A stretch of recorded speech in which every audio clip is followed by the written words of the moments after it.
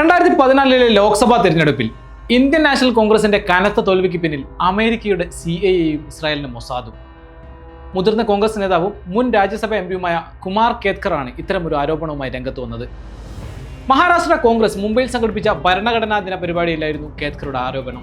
പ്രവർത്തകനും പത്മശ്രീ ജേതാവുമായ കേത്കർ 2018 മുതൽ 2024 വരെ നോമിനേറ്റഡ് MP ആയിരുന്നു. 2009 പൊതു തിരഞ്ഞെടുപ്പിൽ കോൺഗ്രസിന് 206 സീറ്റുണ്ടായിരുന്നു. 5 വർഷം കഴിഞ്ഞുള്ള തെരഞ്ഞെടുപ്പിൽ അത് 44 ചുരുങ്ങിയത് അവിശ്വസനീയമാണ്. ഭരണവിരുദ്ധ തരംഗമോ കോൺഗ്രസിന്റെ ആഭ്യന്തര പ്രശ്നങ്ങളോ മാത്രമായിരുന്നില്ല അതിന് കാരണം. പകരം വിദേശ ശക്തികളുടെ ആസൂത്രിതമായ ഇടപെടലായിരുന്നുവെന്ന് കേത്കർ ആരോപിക്കുന്നു.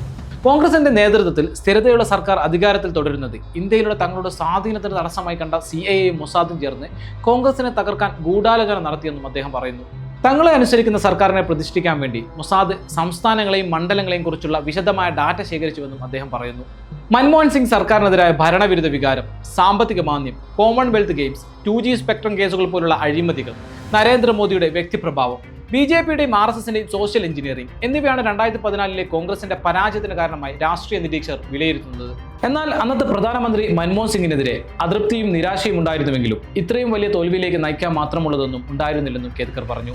പ്രമുഖ മറാഠി ദിനപത്രമായ ലോക്സഭയുടെയും മഹാരാഷ്ട്ര ടൈംസിന്റെയും മുൻ എഡിറ്റർ ഇൻ ചീഫായ കേത്കർ 2018 കോൺഗ്രസ് നോമിനേഷനിലൂടെയാണ് രാഷ്ട്രീയത്തിലേക്ക് പ്രവേശിച്ചത്.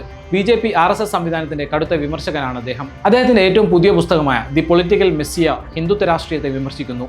കേത്കറുടെ ഈ പ്രസ്താവനയെ മറ്റു രാഷ്ട്രീയ പാർട്ടികൾ പരിഹസിച്ചു. ഇത് കേത്കറിന്റെ വയസ്സാം കാലത്തെ പിച്ചും പേയുമായാണ് BJP വക്താവ് ഷൈന NC വിശേഷിപ്പിച്ചത്.